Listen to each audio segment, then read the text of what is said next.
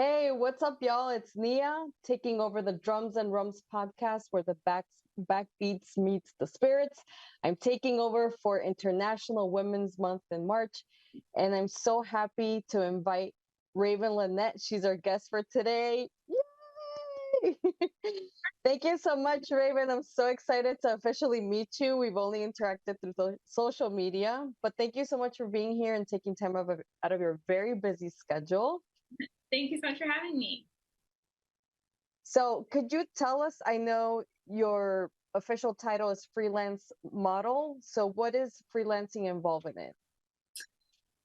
So a lot of people, when you think of modeling, you think of like a fashion, commercial, all that, usually with an agent. So I do it all by myself. And I mainly work with like smaller, like independent freelance artists, photographers. I actually started with modeling for art classes at like school, colleges, and things like that. And so yeah, I've been doing this for like going on 13 years, 12, wait, 11, a long time. That's incredible. But yeah, I book all my own work, do all my own networking, advertising. Like that's probably like the biggest portion of it is just networking and advertising. Yeah. And I do notice that you go like, it feels like you're going on tour to model in these very different, beautiful locations. Have you found difficulties connecting with photographers? Actually, I get more work with photographers when I travel.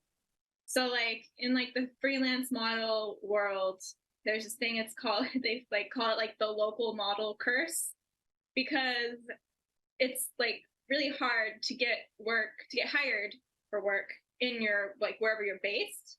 I think it's kind of like they assume, well, she's always here, like she'll always be here, like we can work anytime, like so there's no like urgency to like work with this person. Whereas if I travel, it's like I'm only here for a limited time, and so like more people are, willing to hire me for that specific time. That's awesome. Yeah. And what difficulties have you found besides what seems obvious, like traveling, booking all of that? It's a lot. It's like a lot to think about. It's a lot of like a puzzle you kind of have to solve, because like I have to worry about the plane, like when is the best time to fly, and then booking hotels, and then am I going to work enough to make that cost back plus profit to live. Yeah. So yeah, there's a lot of that involved, and just hoping that they don't, like photographers don't cancel once they get there. Right. Exactly. Yeah, it was actually one of my last trips to Florida, I think 80% canceled. That's terrible. Why? It was mainly like weather, like it was tropical storms. So, okay. And, when I go there, it's usually to shoot outdoors, like underwater, beach, or all that. But even then, just like driving to a studio, like no one wants to drive in a tropical storm. So I don't blame, like I didn't blame them for that. But yeah, I don't do quite as much traveling as before the pandemic. It's just been kind of harder to get back into. I noticed like more cancellations now. I think we all got comfortable just like staying at home. I think. Yeah. I've definitely noticed more cancellations that way. So like the majority of my work now is just shooting my own content. Okay. Yeah. Do you want to talk about what you've been doing on the side? Yeah. So I do OnlyFans and Patreon. I actually started with Patreon like 7 years ago. I can't keep track of time anymore. So yeah, I started with Patreon. And then 2020, like I did have like a regular day job. Modeling was always kind of like the side passion project. Yeah. And like us. Yeah. Like I could have done it full time. Like it was always like one of the things, like, I think a lot of artists kind of feel this way. It's like, well, I'll do art on the side, but I'm never going to like make a full-time living. Like with Because it. it's hard, I imagine. It must be very, So, very hard. yeah. So modeling was kind of just a side gig for a long time. And then in 2020, I got laid off the normal job, so it became the full-time gig, and that's when I started OnlyFans. And That's awesome. I really loved it. It's much more user friendly than Patreon, and I like having like control over like what I put out there and my own schedule, and not have to worry about someone canceling on me. Exactly, because everything is on you. Yeah. But in that same sense, what difficulties have you found transitioning to that? Yeah, being disciplined to like work, because like it's all at home. I think anyone that works at home kind of has that struggle of like you're home, you want to just be cozy and lazy. So yeah, just they've like creating a schedule and sticking to it, like making content regularly. That's the other thing, just from a creative standpoint, trying to like appeal to your audience, but also have some variety and Exactly. like new things while still, because like you get a certain fan base, they're interested in like one or two things, but then you don't want them to get bored with just those one or two things, so you gotta just keep thinking of different themes. And like I've done a lot of work around my apartment just to make it more like photo shoot, like studio kind of friendly. So like anything I buy is like with the thought of like, is it gonna look well in a photo or a video? Yeah. Yeah, Yeah. yeah, yeah. I've noticed that. And you share a lot of the behind the scenes stuff, which I Yeah. don't model and I don't shoot, but I absolutely love seeing all the innovative tips and tricks you come up with. Like when you put I think it was like I don't know, looked like chiffon on top of the lens to Oh shoot a yeah. different way. It looked amazing. That was a plastic bag. It's crazy. Oh Yeah. my gosh. That's amazing. Thank you. So what is next for you? Well, I mean, I enjoy doing what I do. Like like since 2020, I've kind of definitely like put more focus into it. Like, okay, I'm gonna make this my full-time thing. It's a lot of work, but like Yeah. I enjoy it. So I just, plan on doing this as long as I enjoy it. My like original life plan was it's going to be a veterinarian or a marine biologist, and then I changed to a dance major, and then I got my degree there, but didn't quite work out. So I've been kind of thinking about doing like an online course in like some kind of marine biology field eventually. Yeah. Um, but like I need to make a living, so like kind of all my focus has just been doing this. But Yeah, until you have some consistent yeah. nice little chunk of change. Well, we'll put all your information down below, so definitely check her out. She has a lot of variety, which everybody is gonna love, I'm sure.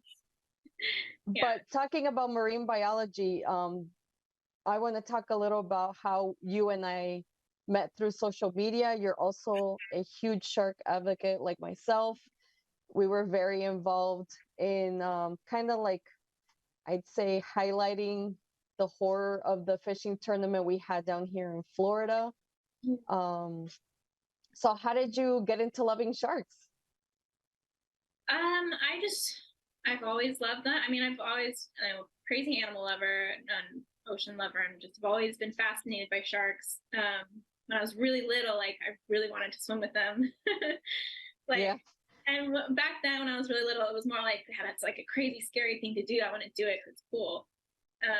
But then like, as I learned more about them and everything, and learned like how like endangered they're becoming and how threatened they are, then my focus became more like, okay, I want to raise awareness that they're not these, man-eating, mindless killing machines, monsters, and like they are like important. They're important, and they need our protection.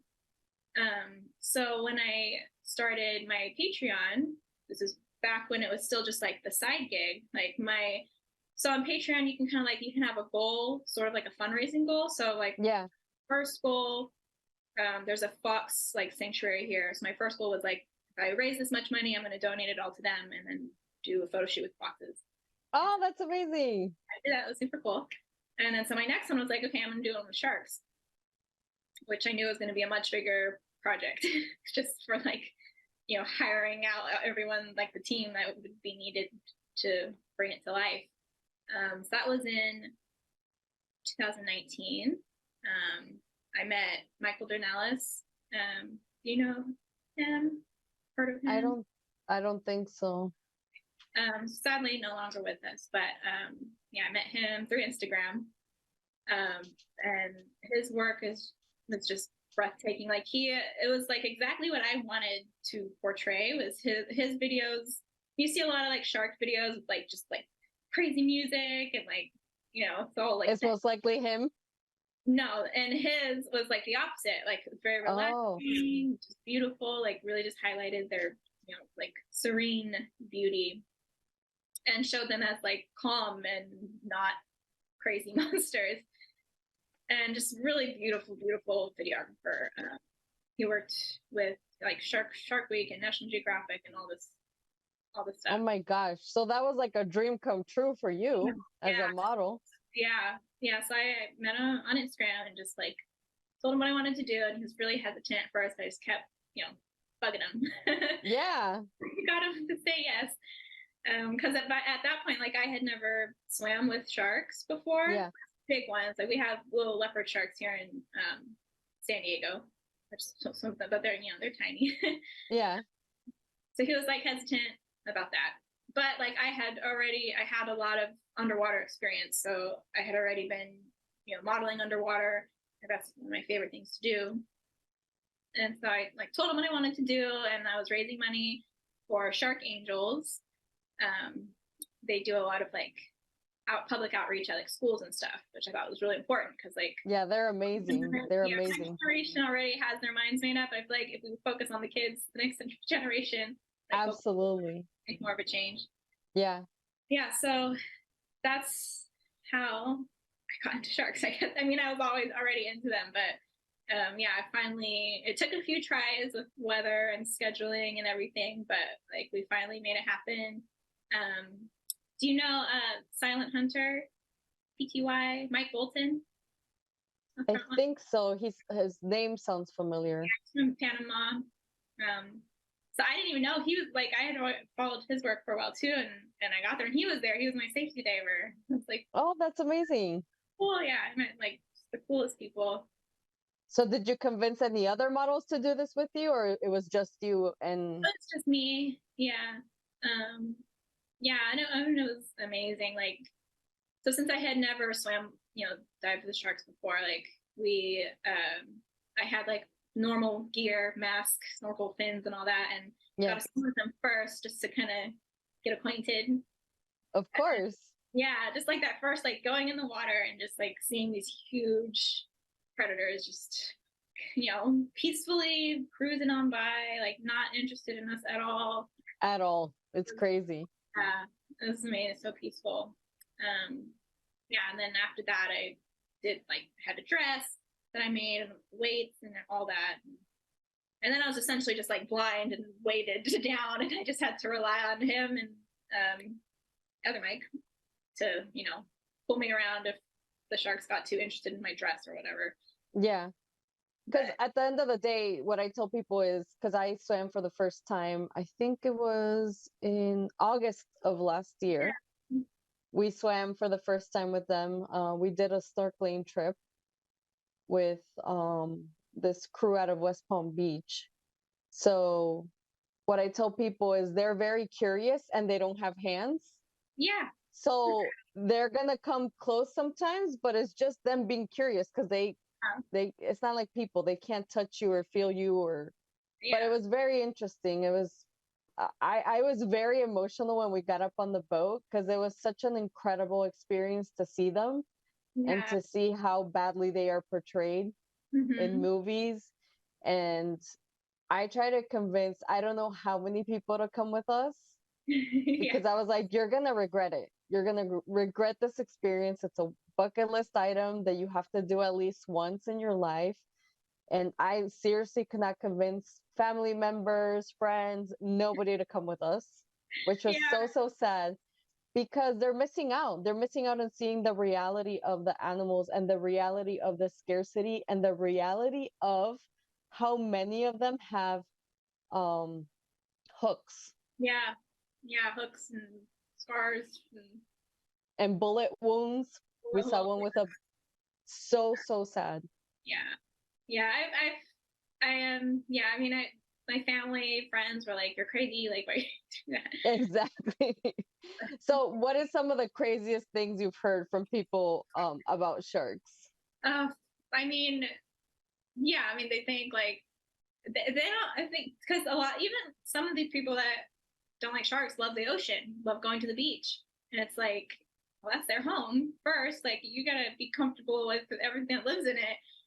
And it's like, there's probably been a shark next to you, you didn't even know it. And Exactly. no. um, yeah, like, yeah, I mean, it's all like the stereotypical things, like they're afraid, like mindless monsters, like they're gonna bite you. Yeah. So like the photos I wanted to take, I wanted to show like just like peaceful coexistence, and I think we did that. We got some really beautiful images. That's amazing. So speaking of other underwater photography, I see that you also do a lot of pool stuff, which kind of gives a little bit more sense of comfort for people that are not into ocean photography. Because I personally would be, it would be an adjustment to Yeah. have weights and try to also pose. Yeah. So I love the fact that you also do pool shoots, which makes it more accessible for people. Do you ever plan on potentially, like, when you're doing these traveling sessions, to like invite people that might be interested in doing that and paying for it? Yeah. I actually did one kind of like a test run. Because there's quite a few models, photographers that do like workshops and stuff. Yeah. Just like planning those big events is like not my strong suit. But I Yeah. kind of did a test run just with my like dancer friends, because like dancing translates really well into posing. So I did like a little like discount, like super discounted session, basically just helping pay for the pool. So because like you can rent pools. There's this thing called Swimply, like Airbnb for pools. Yeah, I heard about that. I was like, that's crazy. Whoever came up with that is a genius. Yeah, so I rented a pool and I did like a little dry land, some like breathing exercises, free diving stuff. And then we did like little 20-minute sessions, photo and video.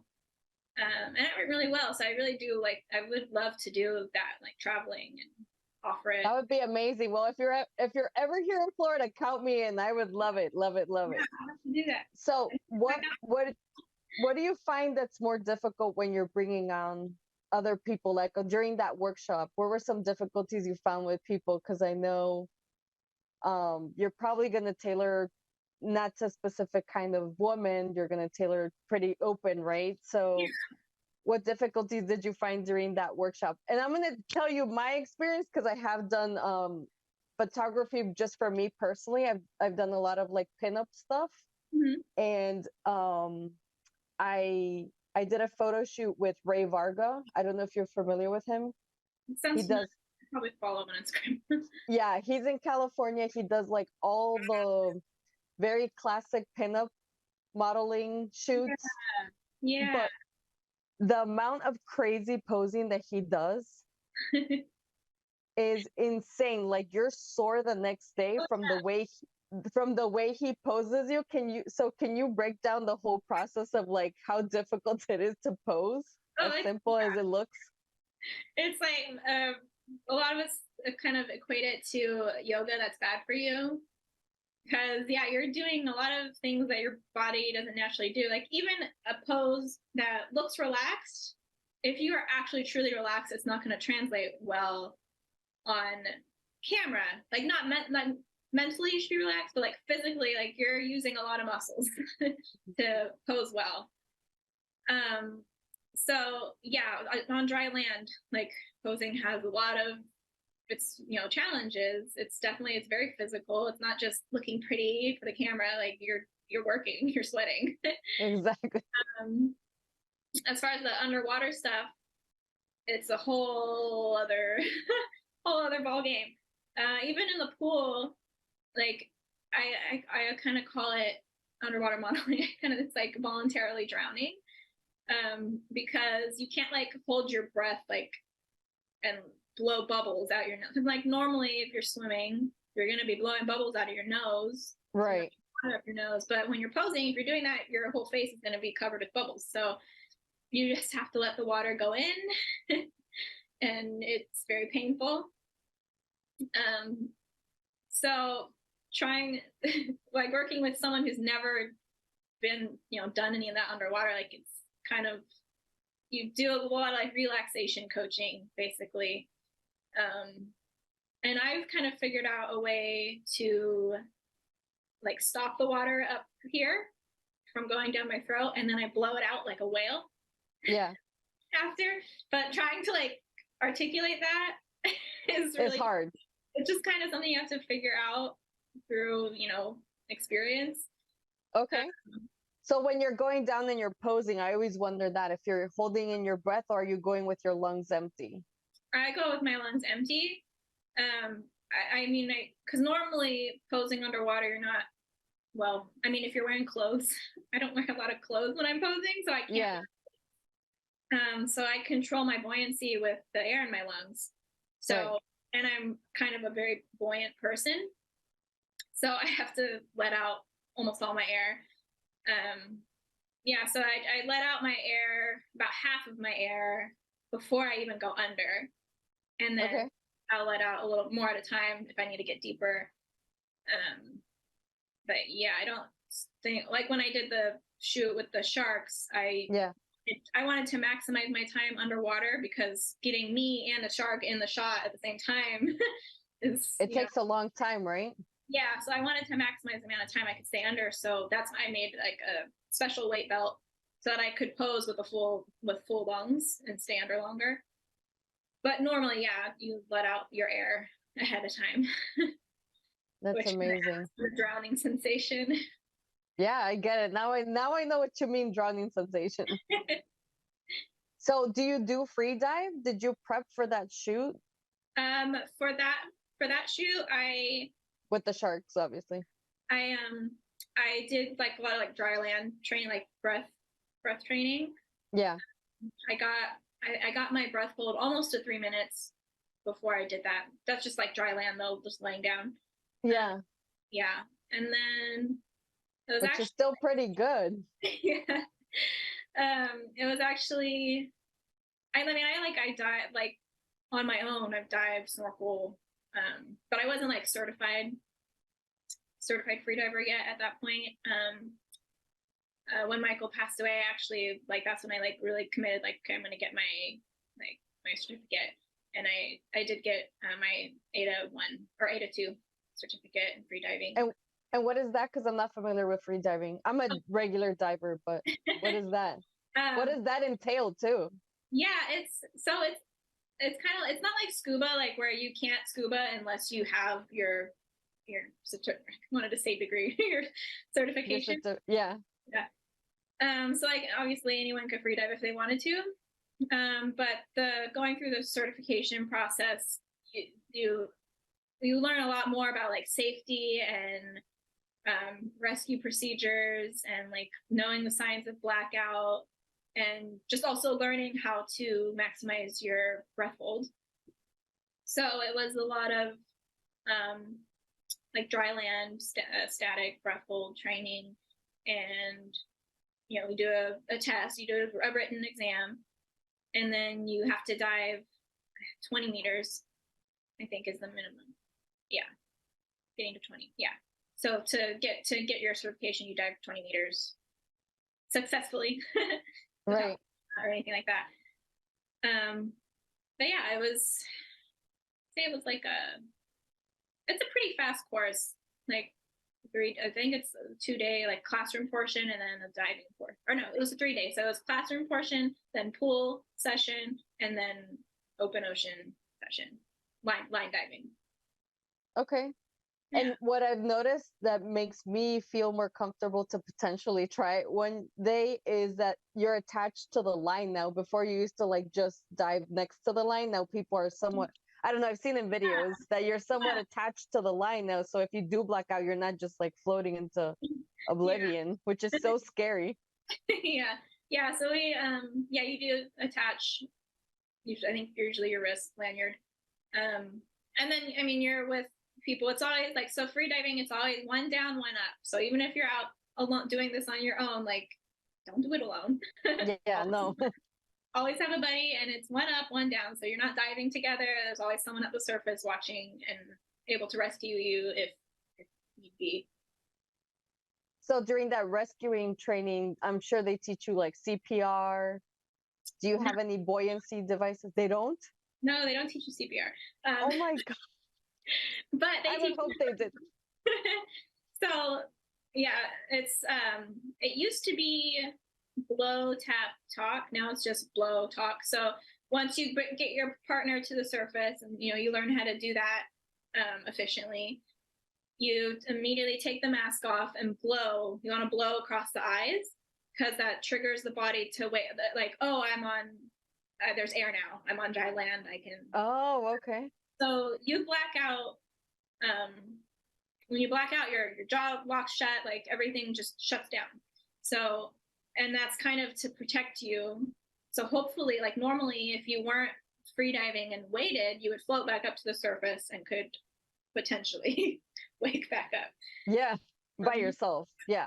Yeah, but diving, you're weighted, so someone has to bring you up and trigger that response. So it's, you take the mask off, blow in the eyes, and then usually they'll wake up, and that's usually all that's needed. I mean, normally if your partner blacks out, you bring them up right away. So CPR hopefully not be necessary. Oh, that's great. That's great. Yeah, Good to know. no CPR. That is great. So, any tips or tricks that you might have for somebody wanting to get into your type of industry? Because I love the fact that you're a freelance model. I had never heard of that. I love the fact that you have a freedom to your schedule, to who you work with. You pick your photographer, you pick your locations. So, any tips to get into it? Yeah, I mean, just go for it. I start. Don't overthink. Like I started with art classes. So when I was 18, I just really needed a job. I've told the story a lot, but like my mom and I were kind of like butting heads at the time, and like I was trying to get a job, and there's like nobody hiring, and so finally I saw like a little flyer in my college that I was going to that they needed art models, and so I was like, oh, cool, like just go post for art classes. And then it wasn't until I got there and he's like, okay, let me show you those students' work, and it was all nudes. And I was like, oh, that kind of art. And How did that go? it was all this classic stuff. Yeah. Yeah, like it was jarring at first.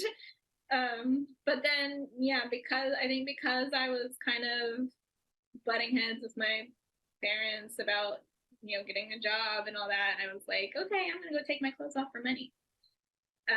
But yeah, I mean, it was totally like normal. Everyone's respectful. And I told my mom, and she's like, cool. And like all my family was like shocked at first, but I'm like, oh, that's cool. That's So, awesome yeah, I that definitely they're so supportive. yeah, definitely recommend like doing art classes. Like you really learn how to pose and learn what works and what doesn't. And obviously being comfortable with your body. Yeah. And then there was this website. I mean, there still is this website called Model Mayhem, and it's kind of like Facebook or like MySpace for models. Okay. Yeah, and I found that, and then that's how like I booked my first like paid photography shoots. That's still around. The website is kind of like it's Outdated. outdated. Yeah, it's not what it used to be. Not a lot of people use it anymore. But it was very helpful to like get your foot in the door and like find photographers. Now I think like Instagram. Instagram is where I do most of my networking at this point. So yeah, you just like reach out, or Facebook, like Facebook photography groups, a lot of those. And normally starting out, like if you don't have any experience, like you're gonna want to do what they call TF, so trade for, it used to be TFCD back in people use those, or TFP, Okay. trade for print. Okay. Yeah, so you basically like work with a photographer. Hopefully, like they have good work, and you work for free and trade the images to use for your portfolio. So then you have Right. a body of work to show future photographers, and just kind of work your way from there. That's amazing. Now, as far as your community, because I can tell you our little rum community, um, most of it I would say is amazing, but there are some times where certain groups butt heads. Mm-hmm. How is your, but I absolutely love it. I love meeting the people. I've met some incredible people. I feel like the shark advocate community or shark lover community is also the same way. There are some people that frown upon, let's say, Shark Week is like the controversial thing that we all talk about. Yeah. Some people either love it or hate it. Some people are like get really upset if you try to like promote anything with Shark Week. How have you found your community to be? For the most part, like very supportive. We all like we cross promote each other. We share like models, especially like we share contacts all the time. Like for anyone to be successful in it, really, like you have to work well together, and you have to trade secrets or trade contacts. Like no Oh, one, that's awesome. yeah, there's no like, oh, I'm going to be the only person that works with this person. I'm not going to share. Like everyone kind of shares. Models generally look out for each other. So if there's, a kind of predatory photographer, like we'll all share who that is. So they can't continue getting away with it. But yeah, for the most part, really supportive. As far as like the people who do this professionally, like, Yeah, yeah. that's amazing. Now, let's talk about something maybe a little bit controversial, but how have, because I know sometimes women get a little bit off put by women that do your kind of side project, passion project is what I would call it, because it's beautiful content. Would you talk a little bit about that and your experience with non-model women and I don't know their perspective of that? Yeah. I think it's definitely changing. I mean, like before, so like my work for most of the last decade has just been like fine art nudes, so like black and white, like just art, straight up art nudes, like something you would see in a museum. Or I've done like pinup and glamour and like lingerie and like that sort of thing. But like with OnlyFans, obviously it's a little bit more explicit. Yeah. And yeah, there's always been a lot of shame and stigma and like judgment over sex work. There's I think it's definitely changing. I think there's a lot more women who aren't in this industry who are like, yeah, you go girl, like do like Absolutely. do you, like whatever. And it's all very hypocritical, I think, because I think just about everybody enjoys consuming that content. Yeah. But yeah, I mean, like all my friends and family, like they're supportive. It's only occasionally on the internet. Someone I don't Trolls. know, yeah, some troll, Some troll. like, oh, you're just a slut, like what do you know, or you're such a whore, or whatever, like Plus, not I've seen you post about like sometimes people body shaming you, and I'm like, the nerve, yeah, the nerve. yeah, it's like so wild. Just and it's all people that are hiding behind a screen, like no, Yeah, yeah, it's people without pictures. yeah, They have user 12345, like yeah, yeah. irrelevant, completely irrelevant. So, how do you stay positive throughout the negativity? Honestly, sometimes I just find it entertaining. Like I think it's funny. That's good. I used to, definitely used to take it a little more personally. Like growing up, like I was super shy. I mean, I'm still pretty shy, but like growing up, I was shy. Like I would get made fun of a lot for being short or Asian or whatever, anything you could think of. And so I used to like take like insults a little more personally. Now it's just like there's a problem. Like you have problems that you need to work through, and you're like projecting onto me. Absolutely. It's a And they problem, not you. Yeah, and then some of the things people say are just like, oh, like ridiculous, like so funny. But yeah, I mean, you just pretty much gotta ignore it. Like I, I'm proud of my work. I value what I do, and that's all that matters. So That's awesome. Yeah, I could definitely tell you have a great passion for it. Paul, do you want to run through the rapid question section? So we're going to move on to a segment called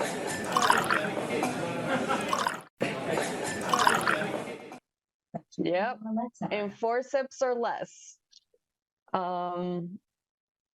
Neat or on ice, your spirits. neat. I mean, it depends. If just straight up spirit, neat. Okay. What is your favorite shark? Hammerhead. And Mako. Okay. That sounds like more than one favorite. It's hard to great. It's like picking a favorite kid. Yeah. Or a favorite pet. Favorite photo shoot location. The ocean. In it, next to it, under it. Well, the Bahamas is hard to beat as far as like clarity. Yeah. And I personally loved your desert photo shoots. Yeah. Those are amazing too.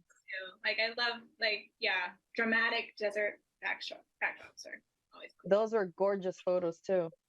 Yeah, Paul, Number sorry. 4, what empowers you? Doing what I do, being nude, being naked on the internet. Yeah, just being able to create and not be ashamed of my body or my work and